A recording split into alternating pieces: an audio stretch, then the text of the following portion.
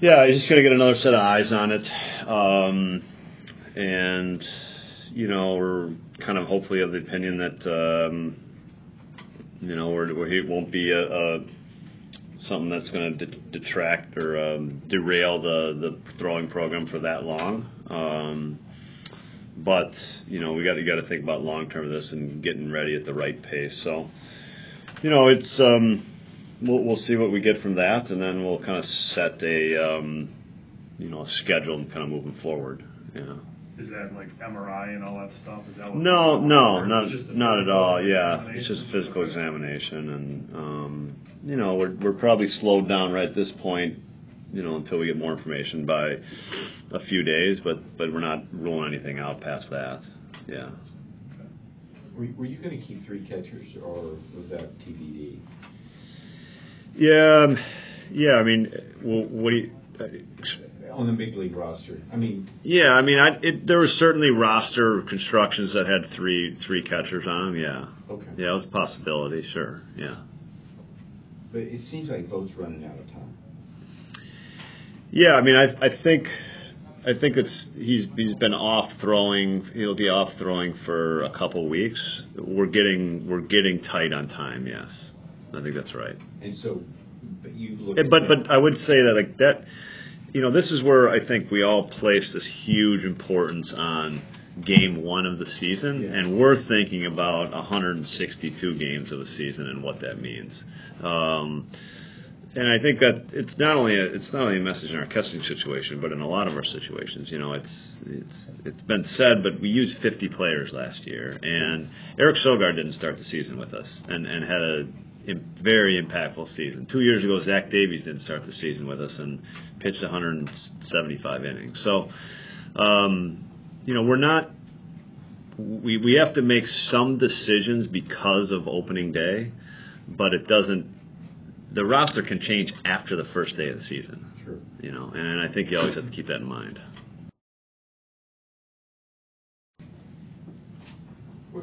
Just getting 2 outfielders, what does that do to Brett Phillips in his career? Is he still determines his timetable? Yeah, I think Brett Phillips is going to be a big leaguer for a long time. We think. During this time with what we have going right now, the healthy players we have right now, it may be tough out of camp. Sure. But he's a 23-year-old that's had a good season in AAA last year. Did a nice job in a September call up. He was up a couple times, but really got to play in the September stint. There's a lot ahead of him still, and there's also a lot for him to improve in his game as well. So he's on a really good track. The fact that we got better as a team probably maybe influenced his timeline a little bit, but over the long picture, I don't think it really influences anything.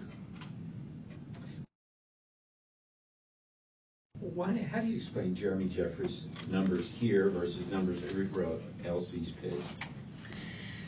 Yeah, I don't have a, I think the word we've all used, and I think the word Jeremy uses is just comfort. Yeah. And so, that's, I don't have a, better explanation than that. Do you understand that part of it? Of course, yeah. I think that's, for some players that's really important, and it's important a part of, getting them to be kind of the best version of themselves. So, I think we know Jeremy well. I think he responds to a lot of the people here very well. It's the relationships he has here with a lot of people help him be his best self. And hopefully that's the best we can do at explaining it, I think. But I know it's important to him, yeah. We haven't asked you much about Bethencourt this spring. We hit the homer yesterday. His offensive numbers have been pretty good. Do you look at him as good possible depth if you need to go there with him? Yeah, he's certainly part of the depth equation for sure. And I think when we went into camp, we understood that this, the way the catching situation, one of the scenarios, the catching situation is that he would be a really important, possible piece. And I think with catching, it just depth can go away really fast to me in that position, because it's not like you can think about moving somebody else to that position, as you can a lot of other spots. So yeah, certainly all the catchers in camp to me are important, very important players. And then you try to get them as ready as possible, because that's the position that can come up and all of a sudden that's a guy you really need. So Christian's been a point of emphasis for us since day one, because of just depth is always critical at that position.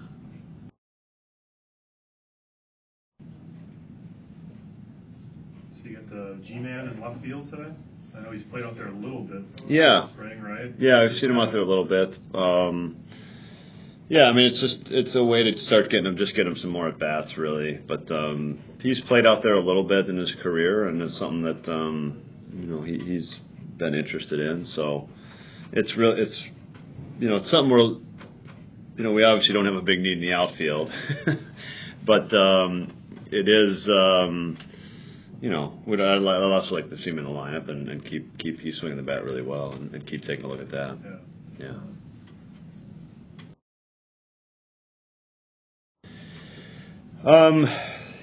So he was the coach of Notre Dame. I think the first time we met was in Milwaukee, actually at County Stadium. I worked out at County Stadium when I was a high school, junior or senior. And then, he was a coach for 4 years, and he eventually went to Arizona State, and we just kind of always stayed in touch. And then when I was in Arizona, obviously, for all these years, we became, pretty good friends, to be honest with you, because we'd see each other a lot and hang out a lot. And so it's been really a baseball conversation that's continued over the last 88, 2000. I mean, we're at 30 years now. So it's a long time.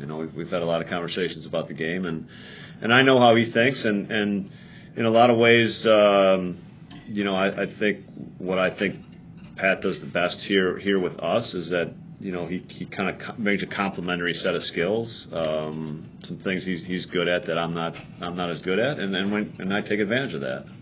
Is there a memory or a story that sticks out most to you about you two over the years? Well, with Murph, there's always a lot of stories for sure. There's, I think that the story we were sharing, we've been harping on communication and bunts with our team, and just being vocal on the infield. Travis is kind of a quiet guy, and Eric actually can be a quiet guy in the field sometimes. So we've been harping on communication, and I went back to a time when Murph was upset that I didn't communicate enough, or loudly enough, I should say, on the field, and so I would have to take ground balls at third base by myself and call them, yell them like a pop-up, mine, for a ground ball, which was mildly embarrassing, But he was trying to make a point that you need to be a leader on the field, you need to communicate on the field. But I know I hated it. I didn't like it at all, and it was embarrassing yelling in a quiet practice when everybody else is just doing their thing, and I'm yelling for ground balls that nobody else is taking on the field. But that's how he coaches, you know what I mean? And he was making a point to me that I finally understood. Yeah. I feel like when he gets fired up out there when you guys are doing fun work and stuff and base running and everything. Yeah. You don't necessarily hear what he's saying. You just know he's fired up. Yeah. If you heard what he's saying, I don't know.